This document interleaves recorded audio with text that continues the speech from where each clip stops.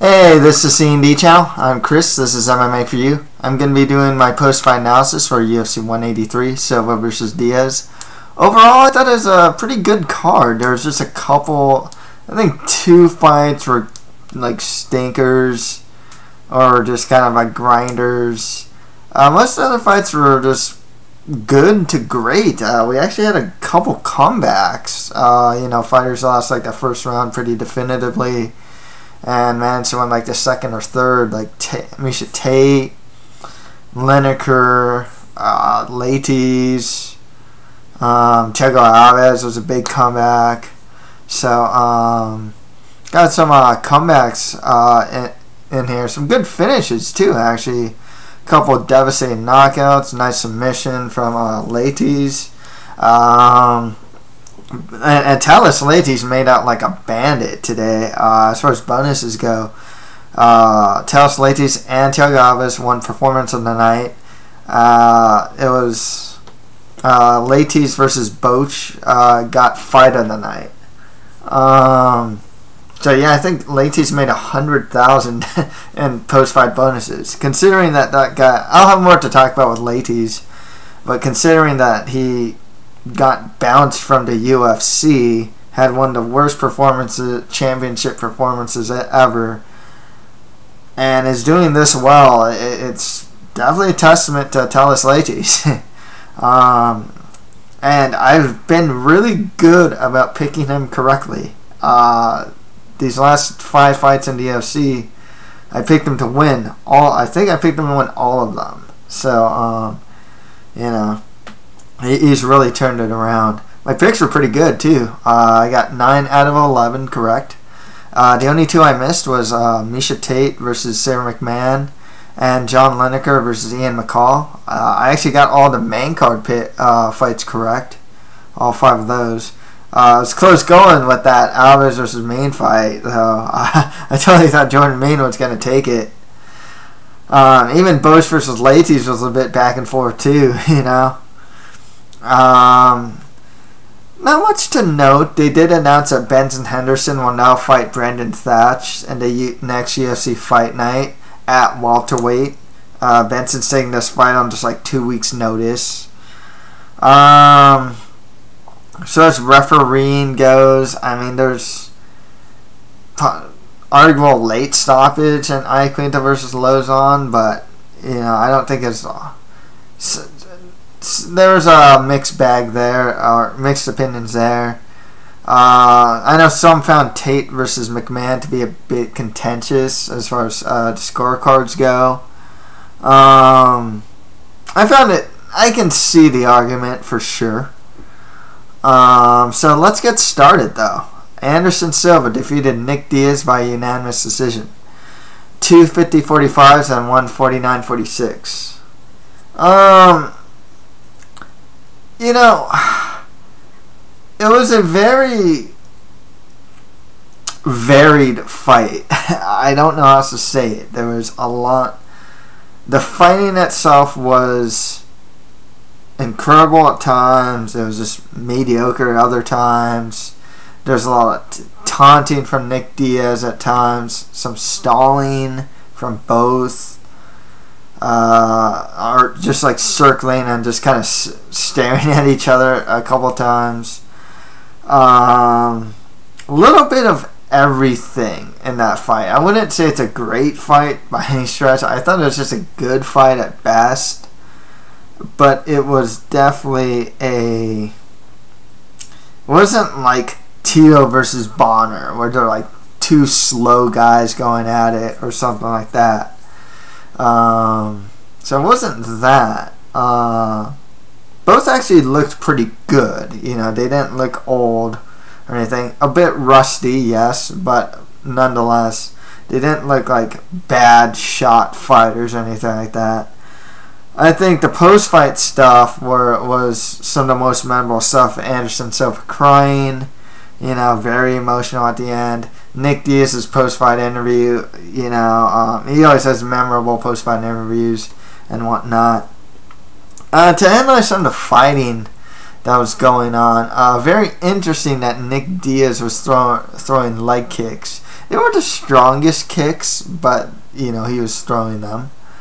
Anderson was throwing the left leg, his left leg kick to the head, to the body. Even went for some spinning strikes as well. Very interesting how non-taunting Anderson Silva was. He was really just all business during the whole fight. Not much in cage shimmying or like fainting or like showboating or anything like that. Anderson was pretty much all business. And Nick Diaz was doing some major taunting, lying on the ground, twerking. I mean, he was doing everything you can think of, pretty much, as far as taunting goes. Anderson probably found the most success when he's in southpaw, with a pretty basic right hook from southpaw stance, so right lead hook to left cross. That was one of his best combinations that he threw all night, and it hit very well. He has this very bad habit now, and it showed in the second Chris Weidman fight, of grabbing like a single collar tie or a double collar tie, or like a single tie clinch, or it's collar tie, right? Yeah, and just kind of standing there and just taking hits. He's not even like throwing knees or anything. So he has it's a really bad, like it's becoming a really bad problem because Weidman dropped him when he did that. I don't know if he just really wants to control his opponent or something, but he has been getting punched because of that. What else can I say? Anderson was throwing some he's throwing some knees.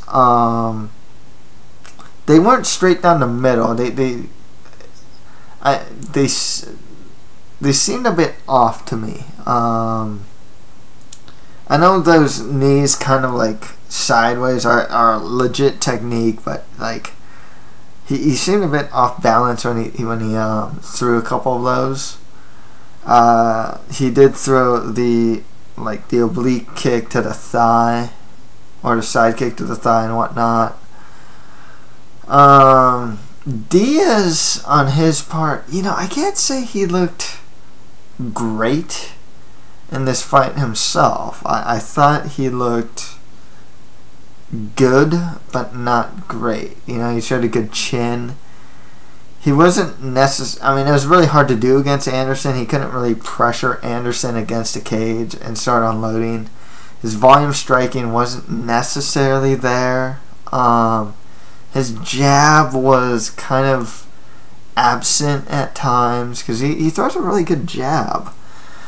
He wanted, he had an interesting game plan though with throwing leg kicks. He really forced Anderson to lead, where in a lot of cases Anderson likes to counter and he doesn't really like to lead. But I think one of the problems is it wasn't really working in the sense that he was going to win the round. I mean, it just wasn't there. And one of the biggest problems with Nick Diaz is that he sticks with a strategy a lot of times, and if it works, cool, he'll keep doing it. But if it doesn't work, he's not the type of fighter to adjust mid-fight. It's just, I've never seen it in losing efforts. I mean, in the Condit fight, he kind of just did the same thing. I mean, in the 5th round, sure, he took him down, got his... It was more opportunistic than anything else that he, managed to get his back and get back control on Condit in the 5th round. But for the most part, his strategy never changed. He kept trying for the same thing, and just keeps trying it, whether it works or not. It's one of the problems with Nick Diaz's style. With that said, I don't know where these guys go from here. I kind of got the impression that Diaz was just kind of getting a paycheck. I'm not gonna lie. I'm not saying he had a bad, like, he just, I don't know if he cared that much, win or lose, It just, I didn't get that feeling from him. The way he was fighting too, he was more putting on a show than like anything else. It just seemed like that to me. Like, I didn't get the impression that he's like coming back anytime soon. For one thing, I mean, I don't know who they give him, at 185 or at 170. I mean, they're probably not going to give him a title shot. Maybe they do a rematch with Condit, but he's not going to fight like a Roy McDonald or something like that. I just don't see that in him. And there's no like huge name value fights for him to get, So that's just my opinion. I didn't get the opinion that Nick Diaz is going to stick around. Anderson Silva, on the other hand, I have an impression that he might stick around. I don't think this is his last fight, but this would actually be a good last fight for him. He looked good. He didn't look slow. He got the win over a tough opponent. In a main, high profile fight, main event. Definitely a good way to go out for sure. I say also that he looked good, he didn't look that bad in a sense, did get hit a couple times, but like there was still a very good, if not great fighter still there. Is he the Anderson that's doing the front kicks and the crazy moves? I didn't see that guy, but I saw a very good to great fighter. I saw a top 10 fighter for sure. More likely, I know the rankings have him as like number 1. What I'm saying is, like, what am I seeing from his skill set? Am I seeing a top 10 skill set? Am I seeing a top 5? That's what I'm saying. So, what am I seeing in his skill set? Am I seeing the greatest of all time? No, not anymore. I didn't see that in this fight. Granted, he was coming off a long layoff and the surgery. Considering that, he looked really good. A bit rusty, a bit timid, but otherwise, I did see, at the very least, a top 10 skill set. At best, a top 3 skill set. Maybe not a champion skill set, per se. Like, if he fought Machida, maybe even Jacare, Rockhold might even give him problems. I'd be a bit, I would probably still pick Anderson, but I think those would be a bit tougher. I don't think he beats. This performance didn't tell me he beats Weidman. But he definitely showed a top level. He still showed to be a top level fighter. Nonetheless, he's still very good. Relatively accurate striker. Moved well. Didn't seem particularly slow. Hit pretty hard. Had a variety of strikes. Actually, what's funny is with the left leg being injured, he was throwing a lot of strikes with the lead right leg. And I actually thought that his lead right leg kicks looked pretty good. He can't get as much power from those kicks, but it was actually another tool that he was using before, but he was using to great effect this time out. And yeah, so that looked pretty good. So at the very least, I can at least say that Anderson still looks like maybe not the greatest of all time, like he used to, but definitely still a very high level fighter. Can still more than likely get top level wins at middleweight. At this point, I don't know if there's a point in him going for the title hunt.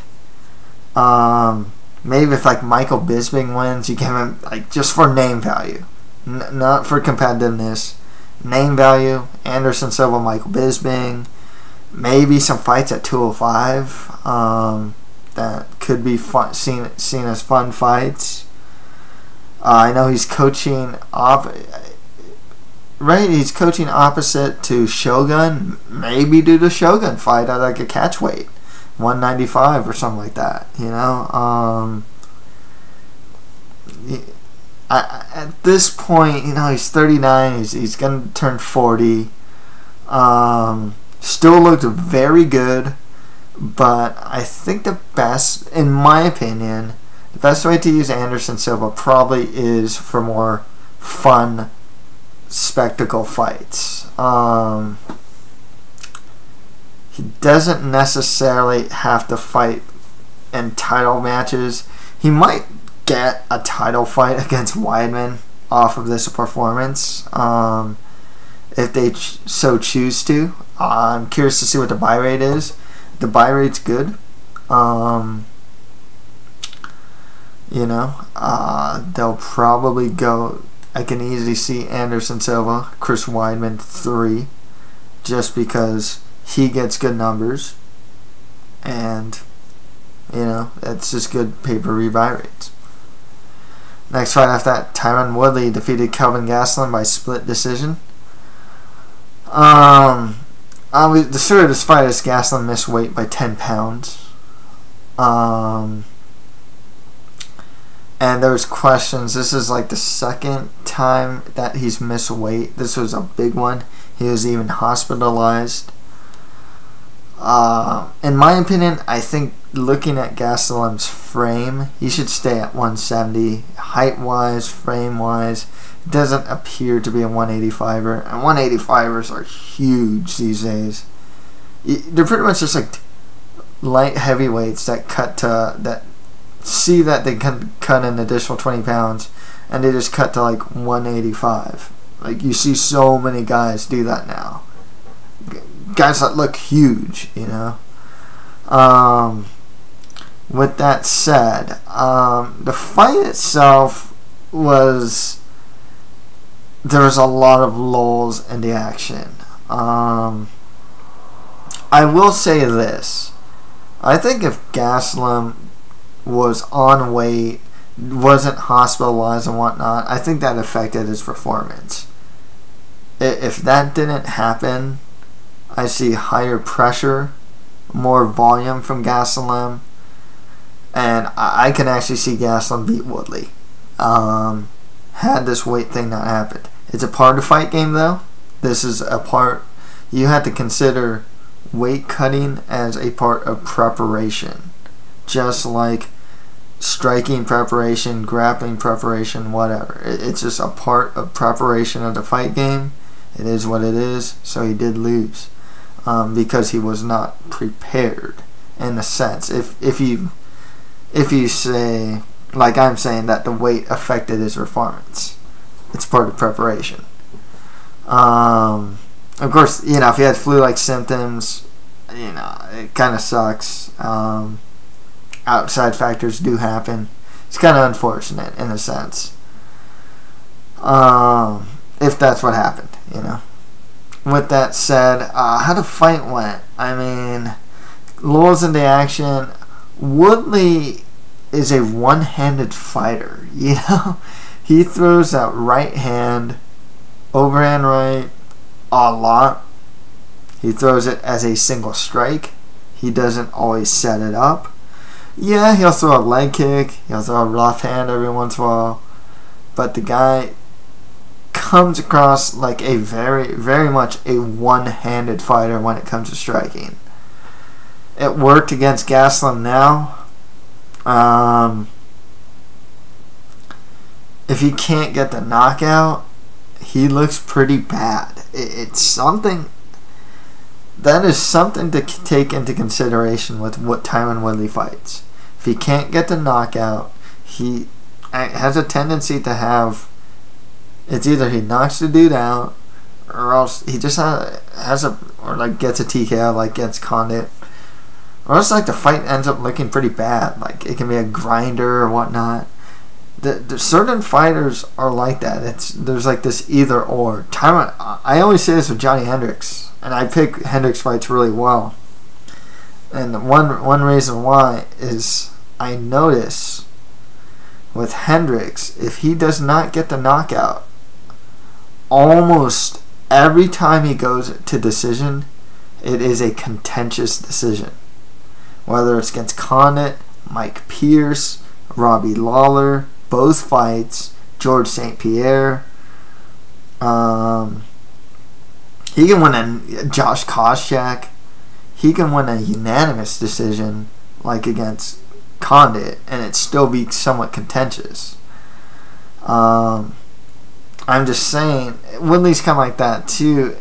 Woodley is a sense of like of an either or, of like he either gets a knockout and looks great, or else he doesn't get the knockout and he looks relatively poor, win or lose. I mean, that's just that's just it. I can't think of like this like great Tyron Woodley fight where like he didn't get the knockout, won and looked good.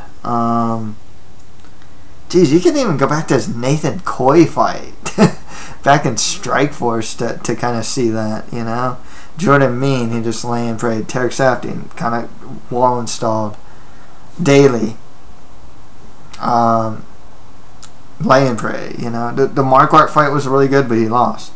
Jake Shields, terrible fight, you know. Rory McDonald, he looked really bad. I mean, and he ended up losing. So, but then when he knocks out like Haran, Josh Koscheck, Dong Hyun Kim, looks great. You know, gets a decision against Gaslam. It's a split. He looks bad. You know. So that's the thing with Tyron Woodley, and something to look out for. Just something to think about too. It's like, what if he fights like Hector Lombard? Dude, I think Tyron Woodley's just gonna look bad. Like, he's not gonna get that knockout. He's gonna go straight back against the cage. He always does that in all of his fights. And he leaves himself open. Because he just like throws a right hand or something like that. With that said though, this is still a strong win for Tyron Woodley. He probably gets a winner of like Hendricks versus Brown, unless the winner of that gets Robbie Lawler. Or maybe he gets Hector Lombard if Hector Lombard beats Roy McDonald. With Gaslam, I think he would look pretty good if I think he probably would have won the fight if he made weight and everything was fine. But with that said, I think he probably gets a loser of like Damon Maya versus Ryan LaFleur. Maybe the loser of Brown versus Hendricks. Other top level fighters that are coming off losses, Dong Hyun Kim, Tarek Safdie. Either one of those guys would be good opponents for Kelvin Gastelum. Next fight after that, Al Iaquinta defeated Joe Lozon by TKO in the second round. Someone in the production truck actually put down the wrong winner. Winner by TKO. I think it said Joe Lozon when it should have been Al Iaquinta or something like that. There was an argument. Dana White actually thought that this fight was stopped too late. I think Daniel Cormier shared that sentiment as well.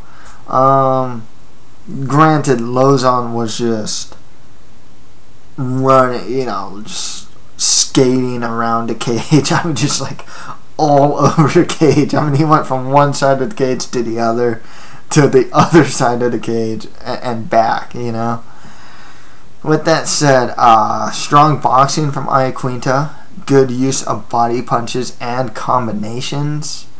Lozon's stand-up early on wasn't actually too bad. he was hitting Iaquinta himself. But otherwise, Iaquinta has come a long way. He even threatened with the takedown a couple times. I remember he dropped Lozon, went to the ground, and I think he temporarily went to the ground, just went back up and started just unloading on him. Time for a step up for Iaquinta, which is really interesting. Interesting here because he's lost to Mitch Clark. He's lost to Michael Chiesa. But what's funny with that is I think he's pretty much ahead of those guys at this point. And rightfully so. I think he's a much better striker than those guys. Probably just as good a wrestler as Chiesa's a good wrestler. He's probably not. He's not as good on the ground as say like Chiesa is, but he's definitely a better striker. And man, he's improving a lot. I like what I see from Iaquinta. I almost always pick him to win fights. So one time I didn't pick him to win was against Ross Pearson, which was stupid, because it's like, dude, I always pick this guy to win fights. And then he ended up knocking out Ross Pearson. With that said, Iaquinta, I believe that Jorge Masvidal is now available in April. I think Iaquinta versus Masvidal would be a very good fight. Relatively quick turnaround for Iaquinta, but manageable. It is only the very beginning of February. April being 2 months away. I think that'd be probably the best next fight for Iaquinta. And the timing actually works out. If not, you can get the winner of Barboza versus Michael Johnson. With Lozon, I think he's pretty much good being something of a gatekeeper these days. He's a fun action fighter, but I kind of like him in the gatekeeper role. Give him like a Norman Park, Piotr Hallman, maybe even someone coming off a win like a Drew Dober or something like that. Some of these up and coming guys, versus Lozon would work. Next fight after that, Talis Leites defeated Tim Boetsch by technical submission, arm triangle in the second round. Great comeback, man. Leites was actually dropped in that first round. They were brawling a lot too. I mean, I was actually kind of surprised that Leites was actually going into Boetsch's wheelhouse. He was wrong with him, man. He was throwing with some pretty lethal intent. Boetsch was throwing with some very lethal intent. Every time that Leites would clinch with Boetsch, Boetsch would get those uppercuts in there too. Fun fight though. This is just a really good fight. You can really tell that Talis Leites has made some strides in his striking, just in the sense of confidence and comfort. Really, I mean, it's not like he's a great technical boxer or anything like that, but he just seems more confident in throwing. He's also showing some glimpses of power. He hits hard now, and then if he needs to, he can take the fight to the ground and get the submission or get dominant position relatively easily. Really cool thing with Leites. I mean, he fought Anderson Silva. Dreadful performance, dreadful fight. Then he fought Alessio Sakara in a fight that many thought that Leites should have won. Dreadful fight though. Gets cut. Goes into the regional wilderness. Comes back. Fights like Ed Herman, Tom Watson. Gets some unanimous decision wins. Fights Trevor Smith. Knocks him out. And I'm like, okay, cool. Gets Francis Comon. Oh, it's Francis Comon. This guy's been grinding dudes. Huge middleweight. Grinding, a lot of opponents. Like grinded for Costas Filfu. I was like, dude, this guy... And I'm thinking, nah, man, Talis Leites' hands got a lot better. Knocks out Francis Comon. Fights Tim Boetsch. I'm like... I'm kind of thinking, yeah, Leites got this, man. He's got the ground game, and his stance improving. It's close, though. But I was like, Leites has the ground game. Gets that arm triangle. Great stuff. Misses the first one. Bosch really fights that first one. Talis Leites goes back and gets a second one from the other side. Puts Bosch to sleep. Good stuff from Talis Leites. Good stuff from Bosch. Fun fight from Bosch. As well, with that said, Leites definitely needs to step up in competition. I think the next appropriate step would be the winner Bisping versus Dalloway. If not, Brad Tavares is coming off a good win. You can even go with Uriah Hall. He's coming off a good win. Kostas Philippou is always there, hovering around that like 11 to 15. I mean, Tim Kennedy's there too. He's coming off a loss. You can do like Kennedy Bosch if you want to do a next fight for Bosch. You can even go Talis Leites, Gegard Mousasi. That wouldn't be the worst fight either. There's a lot of options for Talis Leites at this point. I mean, I wouldn't say give him like Machida, Romero, Rockhold, Vitor, Jacare. None of those guys, but maybe those guys like just below them. I think with Bosch, to be honest with you, he has a good one over Brad Tavares before this one. I say give him some mid-level guys at this point, Maybe give him some prospect, Give him the winner like Cesar Ferreira versus Ferreira versus Sam Alvey or something like that. There aren't too many great middleweight prospects that I can think of at the moment.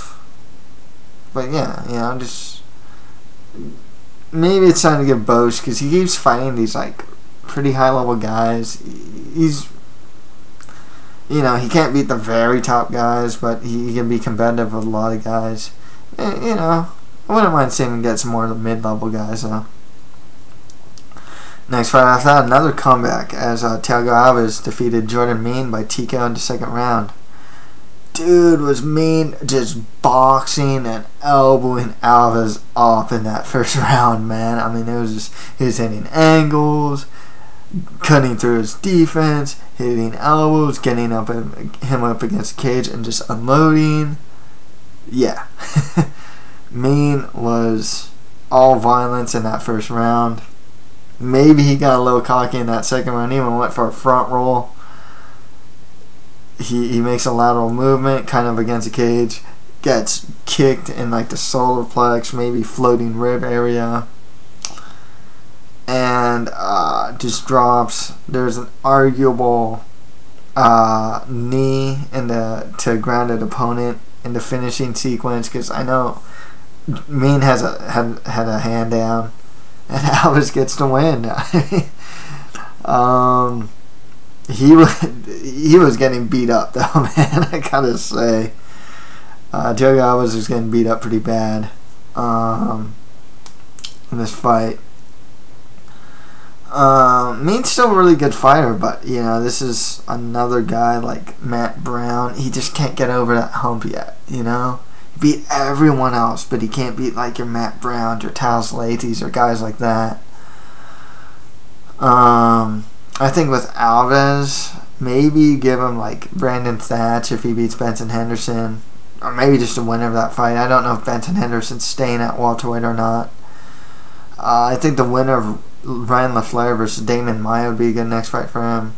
Maybe Eric Silva if he beats Ben Saunders would be good. Heck, Ben Saunders Alves wouldn't be too bad. Another good fight that wouldn't be too bad would be Albert Einstein Tumanov versus Alves. I think that'd be pretty cool. Both are coming off wins.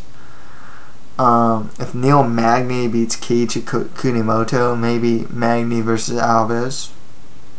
Jordan Mein, I think he should get some guys pretty high up there, Don't necessarily have to, but maybe Donghyun Kim, Gunnar Nelson, Tarek Safadine, the loser of Eric Silva versus Ben Saunders. Maybe you can go with Nico Musoke if you want to go there. Maybe the loser of Maia versus LaFleur. But there's good opponents for Mean.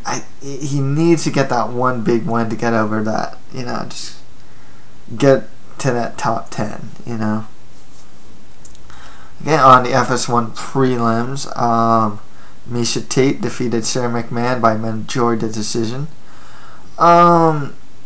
Some found this contentious. I actually watched this fight twice. I watched the prelims twice, because what happened is I watched the prelims by myself, and then watched the main card with my friends, and then my friends want to watch the prelims. So I got to see that. I generally watch the prelims twice, so I can see the why this was contentious here. Sarah McMahon definitively won the first round.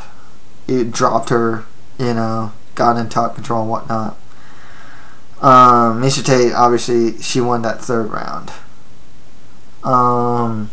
The second round was contentious in the sense that Sarah McMahon, from what I was seeing, that guillotine choke probably happened at 1 minute and 30 seconds left in the round, maybe even less than that. It was in between a minute and 30 seconds. Up until that point, I would say that McMahon was edging Tate into stand-up. Tate would get a couple hits in, but McMahon, for the most part, seemed to be doing more damage. Just a little more. And then she gets that takedown and gets in a pretty dangerous guillotine. The only problem is that no strikes are thrown. And so you're kind of just threatening with this guillotine, and it's not a great position for McMahon to be in. It's very uncomfortable, and it's probably one of the more significant pieces of offense in that round anyways.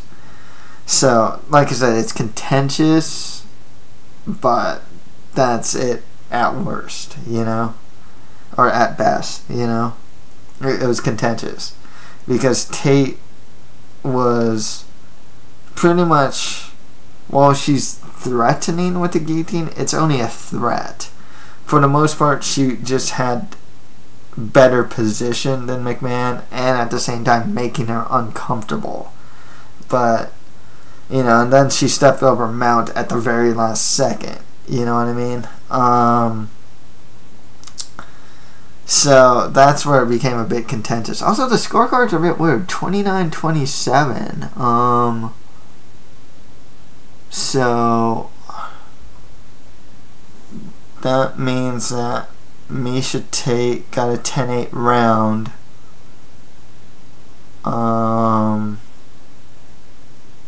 Right? She'd get a 10-8 third round. Which I can also find that a bit contentious as well. Yeah, because how would he get a 29-27? Yeah, she got a 10-8 third round. But the only problem with that is that Sarah McMahon arguably did a lot. What Miesha Tate did to Sarah McMahon in the third round, you can argue that Sarah McMahon did to Miesha Tate in the first round. I mean, she dropped her early on, stayed on top, got advantageous positions like side mount and whatnot, and was throwing some ground and pound.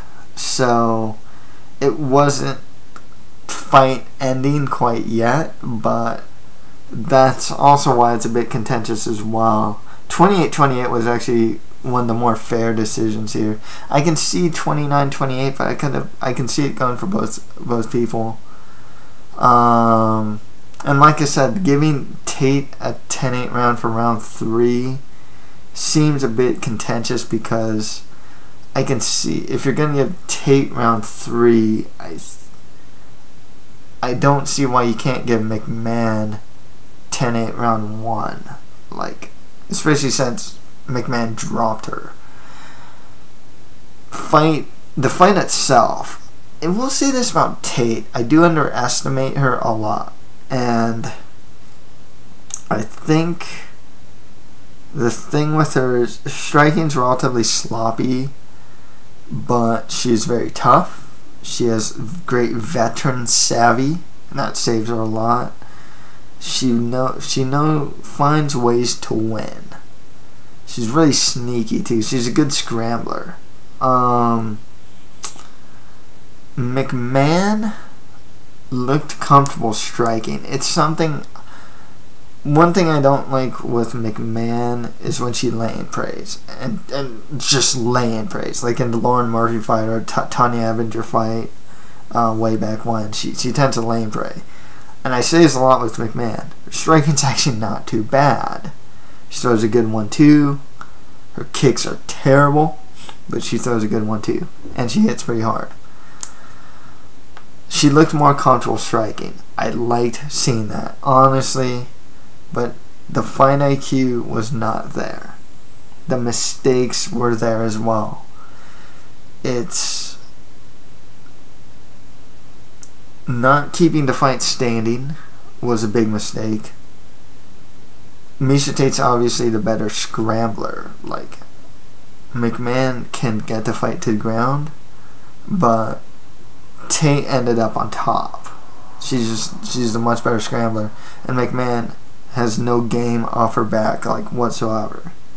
Still needs a lot of work, but there was promise at the very least, you know, with McMahon, because but this is a fight she probably should have won. It's just there was a lot of mistakes made, but Tate, being the veteran that she is, definitely managed to capitalize on McMahon's mistakes. McMahon really should just get the fight standing. And if that guillotine never happened in that second round, it's probably McMahon's round, for example, you know. So, with that said, Miesha Tate is probably not going to get a title shot anytime soon, as long as Ronda Rousey is champion, because even if Rousey beats Zingano, if Holm beats Pennington, it's probably a Holly Holm next. Betch Correia is probably there too, and Jessica Evil Eye are probably gonna, those two, like after that, there's like Betch Correia and like Jessica Eye. So there's still contenders there, you know. And I don't know if anyone has any real desire to see Miesha Tate versus Ronda Rousey 3. No matter how thin the division is, as long as there's fresh contenders there, they'll probably give them to Ronda Rousey. With that said, Tate could fight like Sarah Kaufman, Jessica Eye, or Betch Correia next. McMahon, maybe the loser of Holly Holm versus Raquel Pennington. Leslie Smith, Alexis Davis. Those would be good next fights for McMahon. Next fight after that, Derek Brunson defeated Ed Herman by TKO, 36 seconds in the first round. Brunson's improving. What can you say? He can be a grinder at times, but can't deny that his striking has been steadily improving ever since he came to the UFC, pretty much. The Brian Houston fight probably really opened my eyes to his striking. He's always still a really good wrestler. He's hitting that territory, you know. I think he can be something like, he's a guy that's putting it all together, kind of like Talis Leites, but I think Leites is a little higher than him at this point. But another good example of a wrestler that put it all together in middleweight, CB Dollaway. I can see Brunson being something like a CB Dollaway in a sense. And just kind of a wrestler, grappler, slowly improving his striking and just kind of putting it all together as of late. So with that said, I think Brunson should probably get like Brad Tavares. I think that'd be probably the next best fight for him. Maybe a Roy Hall or Costas Philippou next. With Ed Herman, just more mid-level guys if they decide to even keep him. I think he beat Natal last, so yeah. This was actually the first time, besides that leg injury from Aaron Simpson, that Ed Herman has been stopped by strikes. Just more mid to lower tier guys of the division. Ed Herman has perpetually been stuck in mid-tier purgatory. Like, seriously, this guy cannot get past mid-level and middleweight. I don't think it's ever going to happen either. Next fight after that, John Lineker defeated Ian McCall by unanimous decision. Story of this fight is that Lineker missed weight by 5 pounds. He's being ordered to move up to 135 pounds, which is really unfortunate because he is a legit fresh challenger for Demetrius Mighty Mouse Johnson. He beat a top 5 fighter in Ian McCall. I would have liked to see Lineker versus Johnson, even though I think Johnson would win. It's still an interesting fight. Fresh challenger has, at the very least, some form of threatening offense to the champion. McCall got a good first round here. Got that takedown early. Managed to stay on top the whole time and looked good in that first round. Could not get the takedown in the second or third.